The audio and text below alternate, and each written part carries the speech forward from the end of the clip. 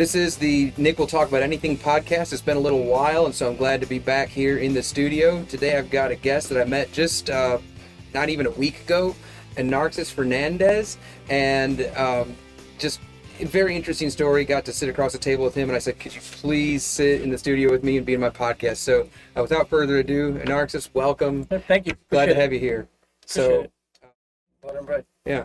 So tell me, if you don't mind, like you already said, you started life out in Cuba, like I was 6. Yeah. Yeah.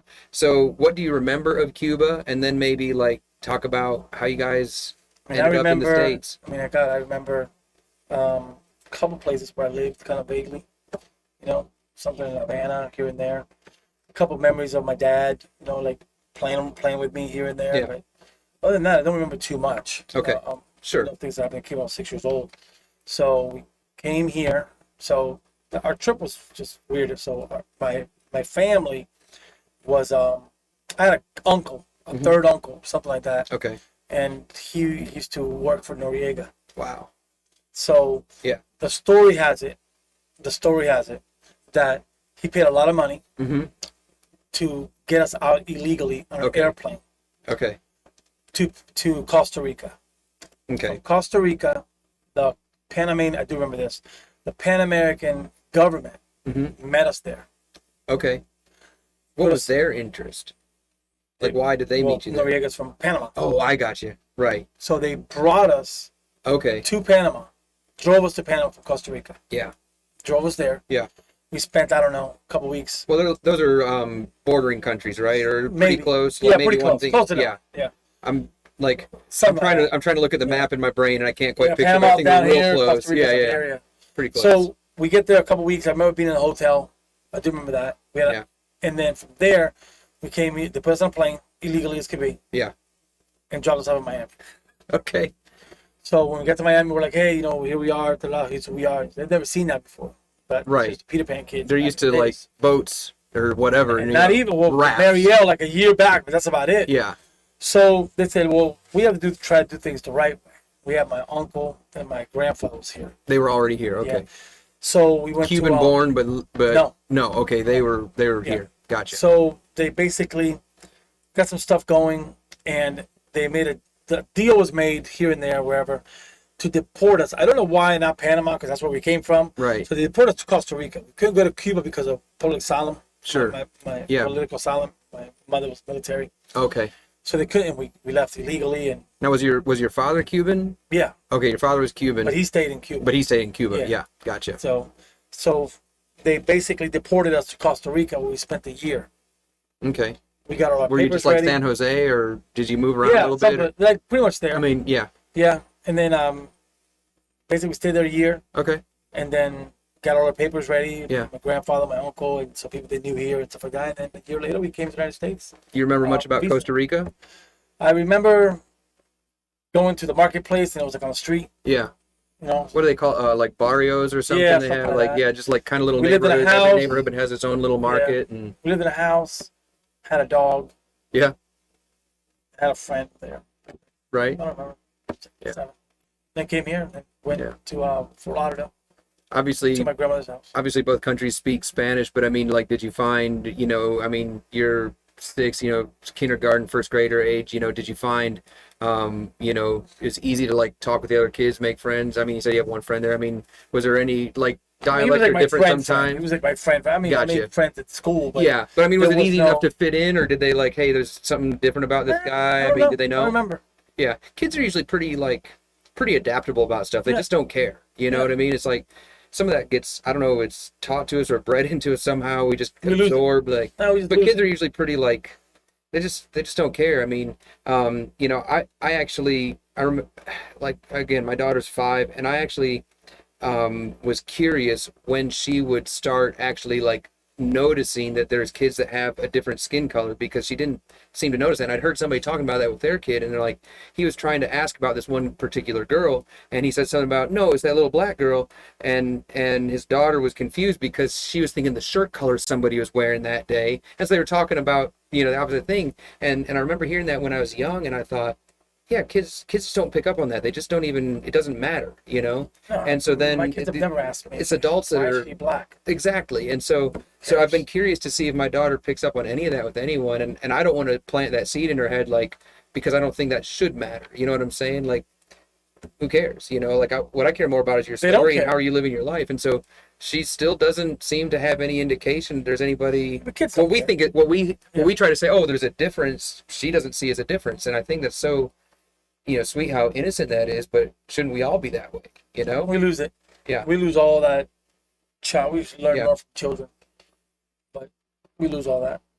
I mean, you know, there was there's a place where I think Jesus was talking to somebody, and he's like, he says, you know, if you want to learn, if you want to learn how to like approach the life God has for you, come at it like a child does. You have to have like the eyes of a child, the faith of a child. You know, you just got to look at it that way.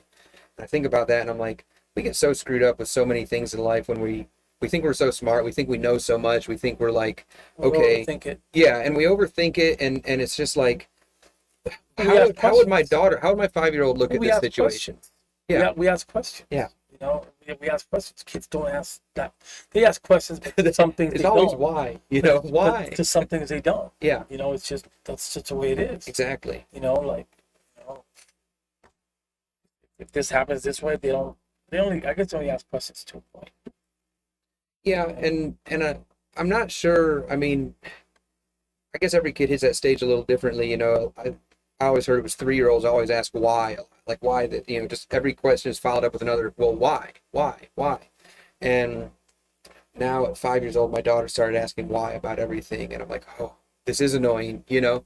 But then I was thinking about it just last night. She's riding with me in my truck, and she was asking why about a lot of stuff that I'm like, it just is, you know, like I don't have an answer for that. I don't have. There's a lot of stuff that it's that way, and Yeah. it's because we've accepted it. Yeah.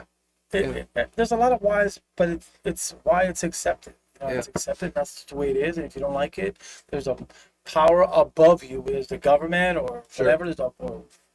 There's a power above you that basically enforces that. Yeah.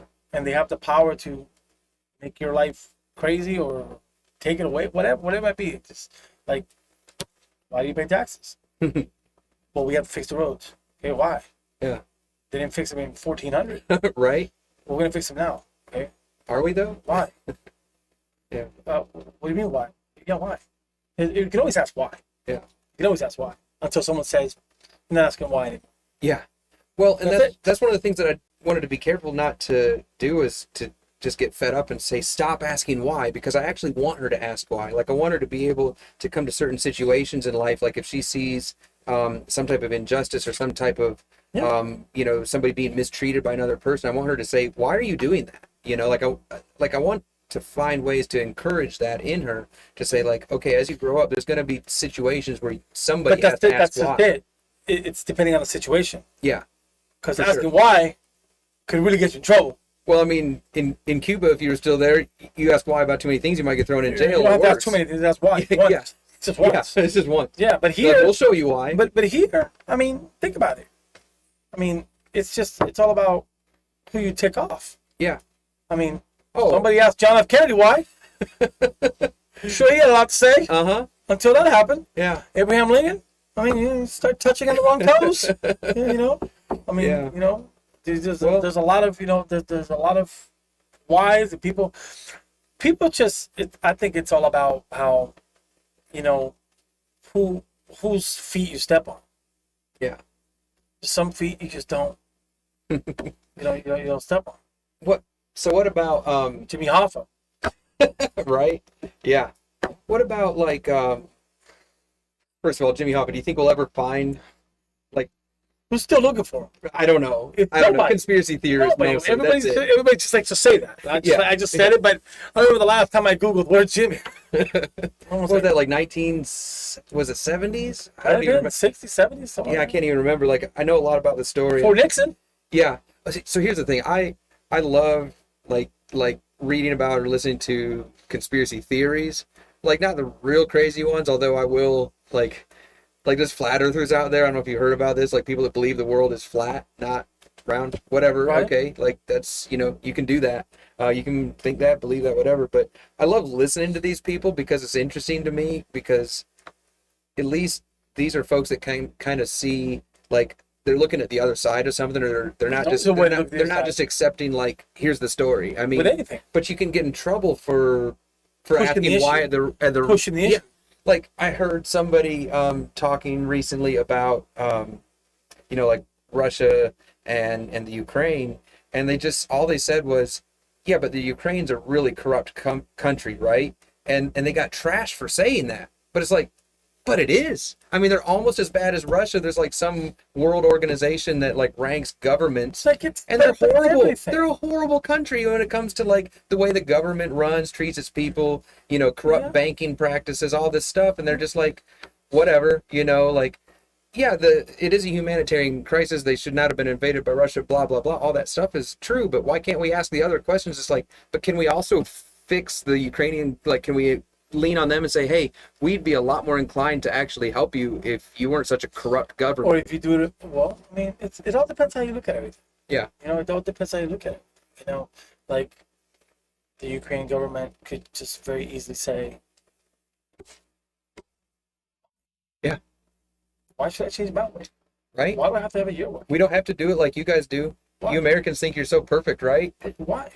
Like, I mean, there's a lot of things wrong with anything. But I mean, Yeah. you can say why to anything. Have you ever thought about trying to go visit Cuba? Is that even possible for you? Like, would you be able to do that? I No? haven't lost anything over there. Yeah. I don't know if it was like any kind of a No. just a draw, like just to kind of see what it's like, see if it's better than the stories you'd heard, like if it's improved over time or anything, or if the I don't know what it's like back then. I only know what it's going to be now. well, All I know is that there's a reason why people leave. And not just 5 people. Not just 5 people. You got 5 people leave. Yeah. 5 crazy people leave. Right. You can't have thousands jumping in the water, leaving their families behind, I and mean, not something be wrong over there. Look, 90 miles is not far to get in a car and drive, right? Like if you said, hey, you got to go 90 miles to go pick Boat something is a up. different story. But a boat that you made, maybe, Yeah. or like, Yeah. snatched from somewhere because it was like Yeah, it's a abandoned because it's completely junk. different. Yeah, there's That's a a reason. different thing. Yeah, there's a reason why someone did that. That tells you about, because I mean, like, Cuba's I've never been there. It's on, I mean, it's close by, relatively close. A lot easier to go visit now than it used to be, I think, but anyway, someday I want to go there. I just want to visit Cuba. I want to check it out. And Costa Rica too is actually like high up on my list of places. I'm trying to convince my wife that the 3 of us can go and take a month one summer. There's a institution there that you can go and like live on campus, learn Spanish, like in their classes. And I do good with in-person learning. I'm not good on a computer or like an app on my phone with like I'm not either. Duolingo or whatever. I tried that and it just doesn't get me anywhere. And so I'm like, okay, but like I want to go to Cuba, but I also, I'm afraid it would break my heart too much because of exactly what you're saying. Like, why is it that so many people are Well, it's funny because people talk about that all the time, and it's like there's always someplace worse. That's true. There's always someplace better. Yeah. Boy. So Yeah. you can go to Cuba, and you can see it, and you can very easily say, you know what, you could be worse. Yeah. That person could always say, well, you know what, it could be better, and I'm not over there, I'm over here. And remember, everything. The only thing that matters is when you're looking at it, because once you flip that page, like you watch TV, turn on TV, and you see the kid in Africa dying. Mm-hmm. You feel bad. You flip that channel and you go back to your movie. 5 minutes in, that kid doesn't exist anymore. Right. Yeah. He's out of mind. Yeah. He's done.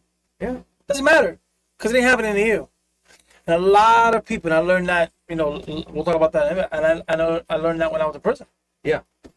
I learned that it, like, people can say whatever they want until it affects them in some way. Yeah. In some way. If it affects them in some way, Yeah. everything changes. If someone stole a piece of candy and got caught, and my mother found out about it, my mother wants this guy to have life. Wow. Until the baby went to Her jail. boy. Then everything changes. the way they think about you, the way people talk about you, the way she feels about you, the way she thinks you should be treated, even though you're in prison. Right. Prison's not supposed to be like a vacation, right? I mean, it's not. There's some correct But this ain't. Well, first of all, this ain't Mexico either. Our prison system is broken in a way too, right? Like it is, but it's not really all about justice. Sometimes it's just about like we don't like you and we feel unsafe with you around, so we just want to lock you up over here and get rid of you for a little bit. But so I have a very when it comes to prisoners, people go to prison. Yeah. And why and are black males or Spanish males being percentage wise just way too high. But going towards this, I think completely different than a lot of people. Okay. And drop it on me. And I don't really care what people say about it, because I'll give you an example. So when I was a kid, I was a gang member. When I was a kid, so I didn't like the fact that I was Spanish. South Florida, and but everyone was, right? If a police officer drove by, I could be sitting down anywhere, and he targets me. Okay. And I'm not doing anything wrong. Right. Comes up to me. Literally just sitting there. Literally just sitting, and he targets me. Well, you look suspicious, man. So it's wrong, right? So you look suspicious. Why aren't you doing something? You're just sitting there. You must have something up your sleeve. But let's think about this, okay? I understand. I'm being sarcastic. Yeah, I don't agree with this. Yeah, but see, so here it is. That's a yes and a no. I agree and don't agree. Yeah. So, okay, I wasn't doing anything. But I'm wearing the uniform. Spanish, I got a shaved head. I'm hanging out outside. Okay. It's South Florida. Yeah. And between ages of 13 and 20, the majority of Hispanics in that neighborhood are gang members. Yeah. They have guns on them. They have drugs on them. Now, I wasn't doing anything wrong. The law says just because of what you look at that moment. Yeah. So I remember working with this guy, and he's like, this guy comes into work and he's complaining about getting pulled over for speeding. He's like, and I wasn't speeding. And this guy, he just chimes in from across the room. He's like, have you ever been speeding before and didn't get caught? Yeah, he's like, yeah. And he goes, I remember the quote, because it didn't make sense. I'm like, I don't even think that's how you use it. He goes, ass up and pay the ticket. That's exactly what he said. And the guy starts arguing. He's like, ass up and pay the ticket. I'm like, well, there's a law. Okay, I get it. There's a law. I've broken that law before. I got caught for it this time when I didn't do it, but I've done it, so I'm guilty of it. And it's like, people say, oh, stereotyping. Yeah. You know what? I don't care who you are. Stereotyping 85% of the time, it's true. And how many times has stereotyping has saved someone's life, maybe, or it might not. So I'm walking down the street. I'm minding my own business. Cop pulls me over and says, hey, come here. You're in a gang? No. Oh, yes. Whatever. Am I doing anything wrong, officer? No. I'm going to search you. That's illegal. Yeah. But say he finds a gun on me. Oh. Well, maybe I was going to shoot somebody that night. Yeah. Well, Mom, I can't shoot him with that gun. So maybe he pulls me over just because he said I was speeding and I really wasn't. Right. And he wants to search my car. And he illegally searches my car. But he finds the neighbor's daughter in the trunk. Well, he should have never searched the car. That was wrong. We just saved someone's life. Yeah. So there's always those limits. There's a law in the state of Florida, in the world, in the United States, that says if somebody comes to your house, they show you a warrant, a warrant for drugs. Yeah. Do you know that if they find 50 AK-47s, you can't be charged for it? Okay. But why do you have 50 of them? So, but let's say they arrest you for the AK-47s. Right. And some girl that you've been pimping out for the last 2.5 years. She's 14 years old in the basement. Well, it's illegal search, but you did it. Right. But you did it. Right. I believe this. I believe that there's a lot of people in prison. Yeah. Okay. And because people talk about like the whites, the blacks, and Spanish, and I believe this. I do believe that if a white person goes in front of the judge with 5 crack rocks. Right. Okay. And then over here, there's a black person, and he got caught with 5 crack rocks. Okay. Now, let's say they both been model citizens to that day. Except for the crack rocks. Like, until that day, right? I believe that they will both be found guilty. I believe that you are both going to go to prison. Okay. Yeah. I do believe that the white guy might get 5 years less. Yeah. But here's the problem that I have with the whole discussion.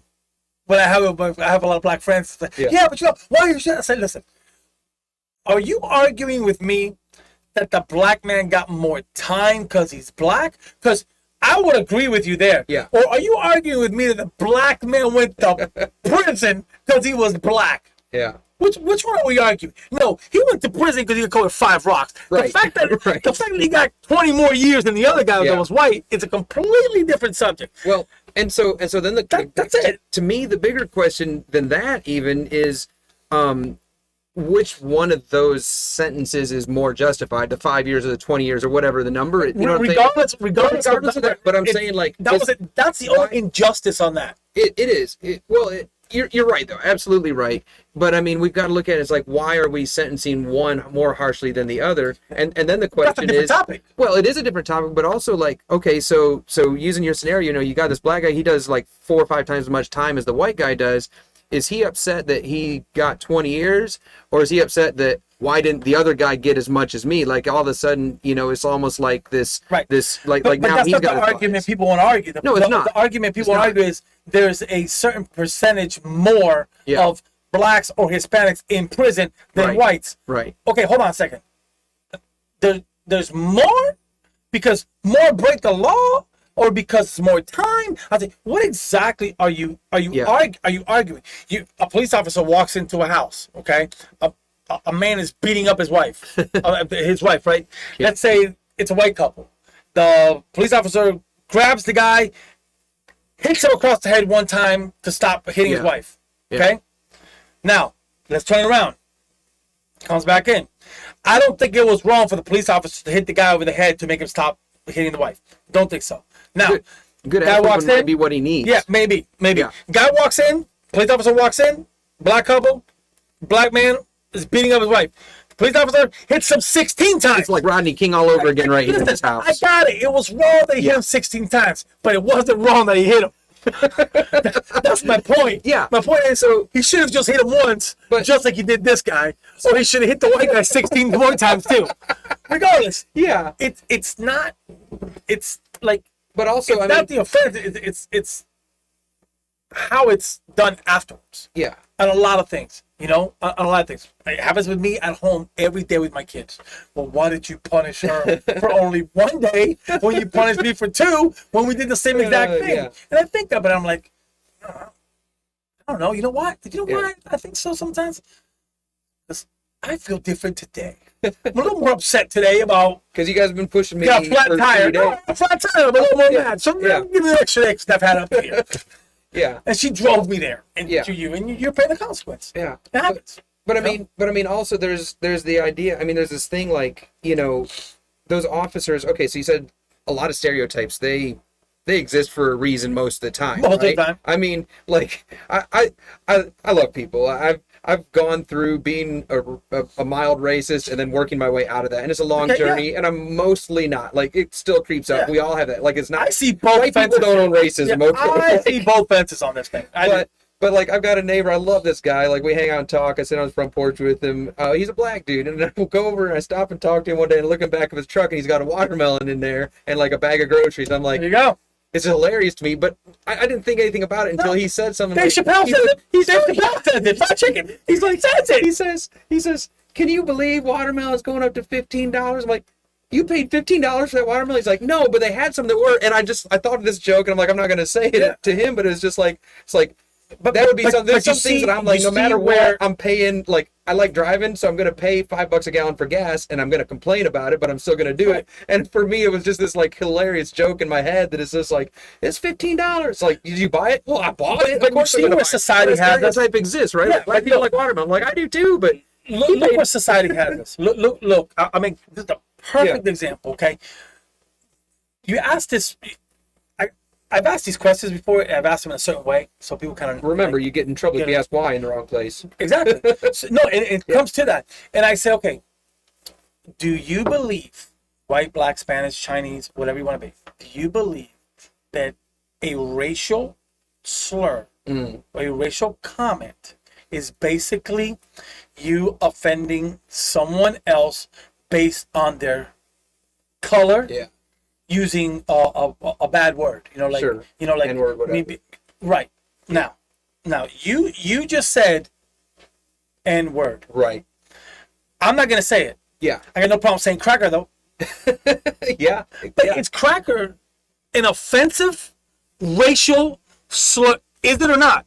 Is it doesn't hurt my feelings any. But why not? It's supposed to. It's supposed to be the C word, right? Yeah. But why isn't it not? Yeah. Because society hasn't expressed that. And now that's not the rule. We got cancel culture now, which is real. It's real. Yeah. I mean, it's like even doing this, I'm like, okay, I'm weighing it in my head. I'm like, hey, I had this joke about the watermelon thing with my neighbor. Like, it's everything. No, like zero, absolutely zero, like judgment or value. Evaluation of my neighbor based on the fact that he's African American, black, whatever he is. Like, I don't know where he's from. Yeah. I also, can we talk about African American? Like, I feel like that term is just kind of like, don't call me European American, please, because I have no ties to Europe whatsoever. Okay. You ever hear George Carlin on the subject on that?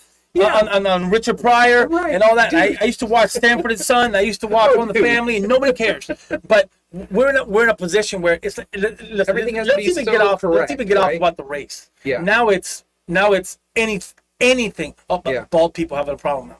Oh, you can't call them bald. What? Can't call them midget. Really not? Can't call him yes. Can't. Well, why not? Why is he a midget? But he is one. Yeah. I don't understand. He is a midget. He's bald. My favorite thing with fat people is like, well, don't call her fat. Well, she knows. Well, and if she doesn't know, I mean, it's like, okay, don't insult her about it. Don't be like, hey, people. I learned in prison. What was holding me back. Mm-hmm. Okay, and it was stupid ass conversations like this that don't make any sense. Yeah. Because you bring that to the grave. It's like someone called you this. Okay, I got it. If it's too much, eventually you gotta do something about it. But do you have to take it to where it ruins your whole entire day and it ruins who you are? And like, don't make a what's the best way to say it? That don't make a quick decision on something that's going to affect you, long term. Like, it's kind of like somebody says something, maybe had a flat tire, whatever, kids are acting up, and then just like, you say the wrong thing, you snap a little bit, and I'm like, I can't believe he'd say that to me. Like, snap, get a gun, like, shoot him, and I got 50 years. Yeah, and it's like, why am I going to make a snap decision, just because of one little thing? But it's just the way, in prison, I learned that a lot. Like, I learned to, what's the word I'm looking for? It's like, I learned to just be very, very, like, patient. Yeah, with certain things. I'm not patient with a lot of other things. Kids, it is. But I know to avoid like situations, avoid things. And it sounds crazy when people say, well, just because I'm so-and-so, I can't go there. I go, no, I just think because you're so-and-so, you shouldn't go there. Like, you're an alcoholic, you shouldn't go to the bar. Right. You shouldn't go to a buffet. If you're a fat person, you want to lose weight, don't go there. Yeah. I don't go to... I don't take my wife out to a club or this and that, because if somebody disrespects her or something happens, then I gotta be the man. I gotta do something stupid. So that affects me. And I want to be sure to talk about that, because you and I talked the other day about just kind of that, like, that rep you got to keep when you're in a gang, when you're on the street. Like, if you've got to stand up to that. You want to talk about that a little bit, just like what that's like, and like how even people that are just kind of like, let's just say your everyday folks that, hey, never been on the streets, never been in a gang, and yet we each have our own thing. Like, well, you can do this and this, but you can't disrespect me in this way. Like, you can call me a cracker all you want, I don't care, but if you do this thing, like, I've got problems then. Like, why do we do that stuff? Because it's just how we are. Yeah. It's just how human people are. So you get to, I think, like, you become a servant of your environment. Like, what you think is normal, what you see around you every day becomes normal. Sure. Normal living. Absolutely. I lived in a neighborhood that was white, blacks, we have a very, very big neighborhood. Yeah. And, on one side, this and that, it kind of mixture, but for the most part, you kind of tell who lived in what part. Right. Okay. Right. By stereotypes, right? I mean, some of the that's what it is, right? The white kids in my neighborhood Some were not gang members, Right. and they just because they didn't hang out with that part, so they weren't accepted into that. But like my cousin, Rene Garcia, and Johnny Garcia, Okay. girl, guy, Yeah. no gang ties, Okay. zero. I live 3.5 blocks. Neighbor across the street, Yeah. gang member. Yeah. It all depends on like where you're from and stuff like that. But at the end of the day, it's weird because you don't belong to the gang, but you're still from the neighborhood. Gotcha. So it still has like an impact. It still has like, even if you're not a member of the gang, like it still impacts how life goes on a daily. So it's weird because like we lived in a regular neighborhood. It was kind of crappy. Okay, one part of it was nicer than the other. It was kind of crappy. It was gang infested. Lots of drugs. All kinds of stuff. What was there any like? I mean, can you say like what gangs they were? Like, is it known names or I mean affiliations? Well, I mean, there was like folks but mainly it was my neighborhood was a gang called Zulu Nation. Okay. My neighborhood. Yeah. They were huge. I think I saw that spray painted on a Tropicana boxcar or a juice car one time. Yeah, I don't know. No, seriously though, like I mean that would make sense, right? Yeah, maybe. Yeah. But like a lot of the kids that were not even in the gang. Okay, my neighborhood name was called Broadview Park. Okay. Broadview Park's the neighborhood, and now it's like a city, kind of. I live in Broadview Park, Florida. Like, yeah. When did that become a city? Right. It's the neighborhood. It's like a subdivision. Yeah. But it's huge. Huge. Yeah. Right. So, you know how proud for some reason.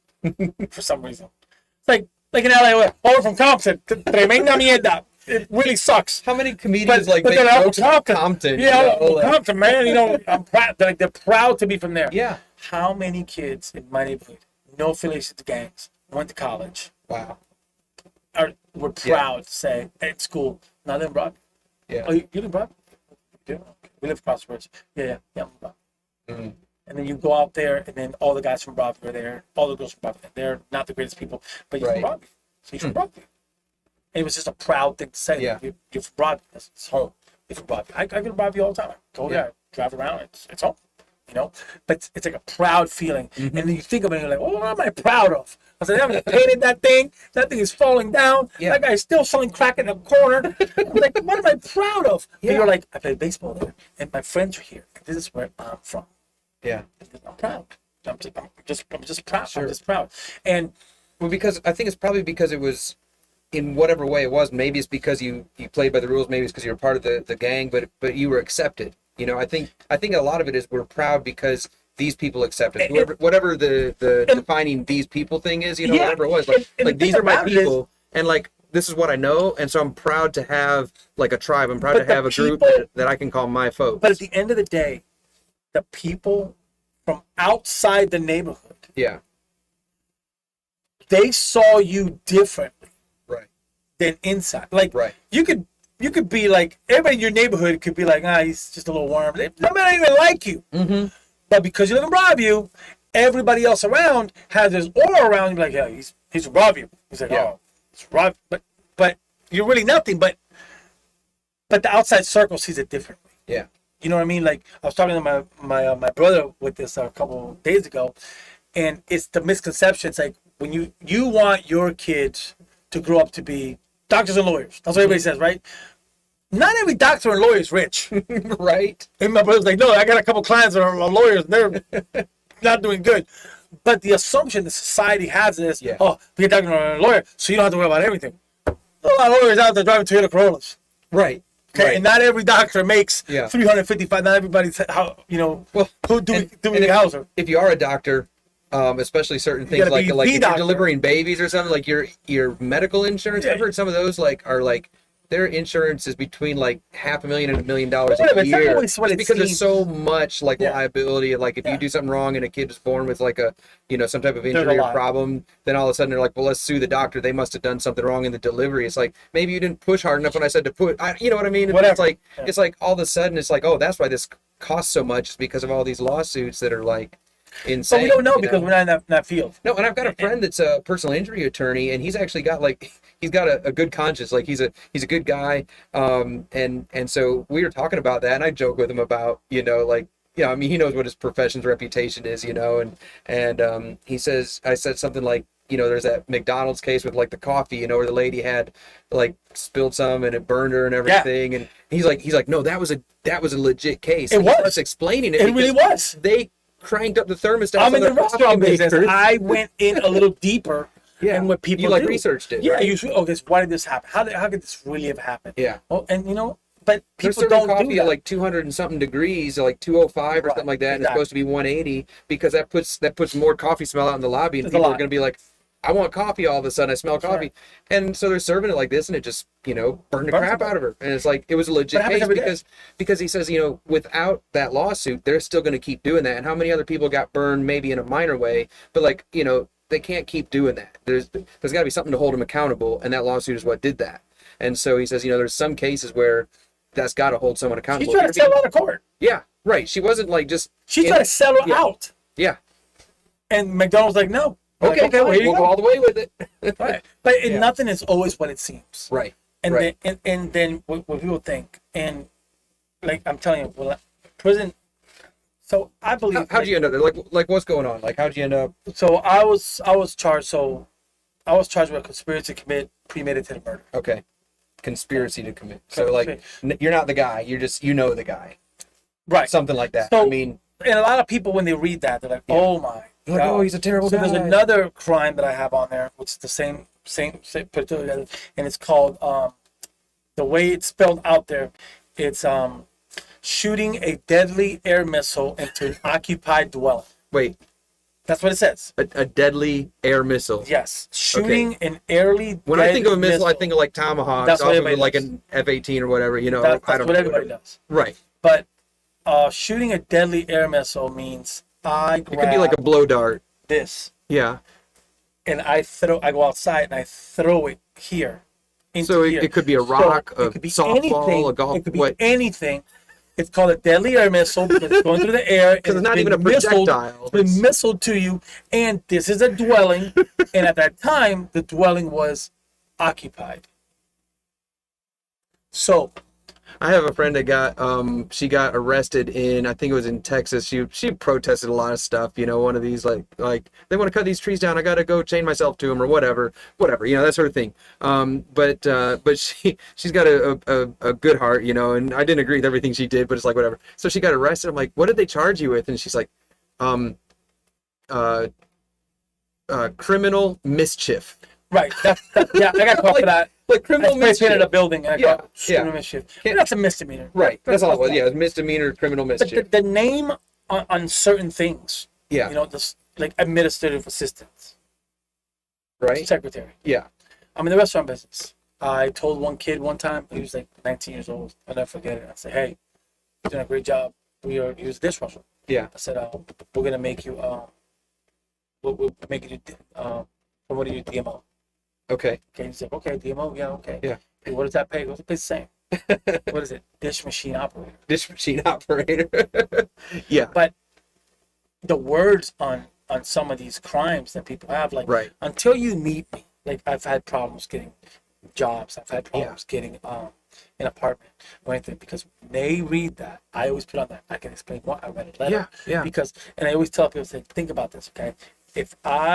If you read conspiracy to commit premeditated murder, first degree, shooting a deadly air missile, sounds harsh. It sounds harsh, but why do I not have 50 years? I mean, right. Who did I not rat out to get such a good deal? You know, the Gotti family. I mean, think about that. Say, why do I only get? Essentially, they wanted 4 years. They wanted to get beyond you, right? Like they wanted you to drop a name. Well, basically, is what they do is they were doing at that time. Like South Florida's got gangs everywhere. Like everywhere, everybody was a gang. Yeah. So they was just taking kids off the street. Right. So if they could take you off the street and give you a record, that's where now you're in the system. So if they catch you on another thing some other time, and now it's that's 2 where the strikes, stereotyping comes in on the other side. So I grew up. Hey, listen, cops are only here for one thing, and that's to arrest you. They're not here to help you. Yeah. They're here to arrest you. They tell you that. My job is to arrest you. You deal with that with the court. You deal with the judge. They don't have anything to do with how much time you're getting or if you did it or not. All they know is that day, arrest you. Some police officers are, well, that's not true. But you know what? That is the thinking that we have with police officers. So then again, now we're stereotyping. All police officers, bad. Don't like Spanish people, don't like black people, definitely don't like young people. There you go. I can definitely say, like, Zephyr Hills Police Department, and I'd love to maybe introduce you to a few of the guys. There's some solid folks in our police department here that they would rather never arrest people. You know what I'm saying? Like, they would rather not have to do an arrest. If there's some other way, if there's some kind of community solution we can do that's going to be like, okay, but, you know, like, hey, we catch you, like, you're in a bad way. Like, what can we do to change that? But there's only so much that a police officer can do. Yeah, but you just told me. If the city won't change some things. Right, but you just said to me, there's a police officer I could definitely introduce you. Until, and I'm not that way. I'm talking about from me being a kid. Right. Until I meet that guy. Yeah. And until we have a conversation, whatever, I'm not going to know what he's about. Right. Okay? So. And you're probably not going to meet that officer until something happens. When he pulls me over because I have a broken taillight, and he gets my license, and he runs my name, and he sees that on there, he's going to be a little more careful on how he comes up to that window. He's gonna ask you to step out of the vehicle, put your hands on the car, whatever it is. And why? He doesn't know me. Right. It happened 25 years ago. Yeah. But why is he making me do it? Yeah. Because he's stereotyping the situation that could happen here. Well, you know what? If I'm black right now in age, I get pulled over by a cop, I have every right to be upset. And I have every right to be scared. Yeah. But then again, a police officer back in those days, I felt like they were targeting me because I was Spanish, although I'm wearing the uniform. But they better be careful too, because you know, we shoot cops. Right. Well, and I mean, cops do die. Cops do die. It is a so deadly profession. They have to be careful. And so we're stereotyping everything we do. Yeah, for sure. If you like sports, when you do your game plan to play football, what are you doing? You're stereotyping the other team basically on what you think they're going to do and how they have played before. So if you know that they have Tom Brady and they can pass the ball, well, you're stereotyping that Tom Brady's going to throw the ball. So you're going to prepare yourself against Tom Brady. Well, if I know that, you know, cops like to beat up on young guys, I'm going to prepare myself to get beat up by young guys. you ever see that old Chris Rock video from, like, I don't know, early 2000s, probably, like, how to not get your ass beat by the cops? Yeah. It's just like, be nice. I mean, it's hilarious, but at the same time, it's kind of like, you deserve to get your butt kicked. It's like, oh man, but this is real. Like, it's kind of like, it's a shame that we've got to have that conversation, right? But anyway, well, hey, is there anything else like that you want to kind of share with me today, or do we want to? Well, I mean, we're definitely. I have to get going, but we're definitely. I want to catch up so that we can go towards that part of it. You know, why, you know, like just how I came to be who I am today. Which I'm not. I mean, like, I'm not. Every success story that you hear, because I think I'm a success story. Okay. Well, but I see that sitting in front of me. Yeah, but I mean, I do. Everybody, when it says success stories, oh, this guy's got businesses, he's got this, he's got this, he's got that. I think I'm a success story based on the fact that I am not the person that I was before. Yeah. And I'm a success story because of the things that I don't do. Not the things that I do or that I have, but based on everything else. Yeah. Because I'm a family man. You know, I do the best that I can. I think that's being successful. Some people might be like, a rich person be like, but that's how he looks at it. That's how he looks. Finances doesn't equal success at all. But some people you can be a terrible person and be, of course. Well, I mean, you can become president of the United States if you're rich enough, it seems like, apparently, but it doesn't make you a good person. Right. And you might be a terrible person and still do great things that help out a lot of people. I mean, I think, you know, since I'm kind of making like point of Donald Trump, like, I think the man was a terrible like example of how a human being should live in a lot of ways, but I think he also actually cared about a lot of people that he didn't get credit for that. Like he got, because it's politics, right? You know, I'm not a big politic guy, but I do know. But he did help out a lot more people than he gets credit for. And there's a couple things they shine a spotlight on. But I believe this. First of all, you know, me being Cuban, you know, someone's named Castro, I'll live with it. But so throughout every president that we've ever had, okay, every single one. So there's two things I'll say about this, and then I gotta get going. But I believe like a good president is someone thinks that person's a good president based on how it affects their life. Yeah. Bush was a great guy if you were rich, right? Yeah, you were not, and whatever. But I don't like this though. So I am a big believer in this. Like, you can't go to England and talk bad about the Queen, even though she has no power whatsoever. You just can't do it. Yeah. Okay, it's not gonna happen. This country, you can do whatever you want. Yeah. We can make jokes all day long here. Yeah. These last 3 presidents that we've had, and I don't care. I don't know about kill us. Have been disrespected. Yeah. More than any presidents that we've ever had. Even more than Nixon. Right. I mean, like, Nixon was not a clean guy. When Obama took power. Yeah. We had whites that didn't like him because he was black. Yeah. The blacks only voted for him because he was black. Some white people didn't vote for him because he was black. Right. They talked bad about him.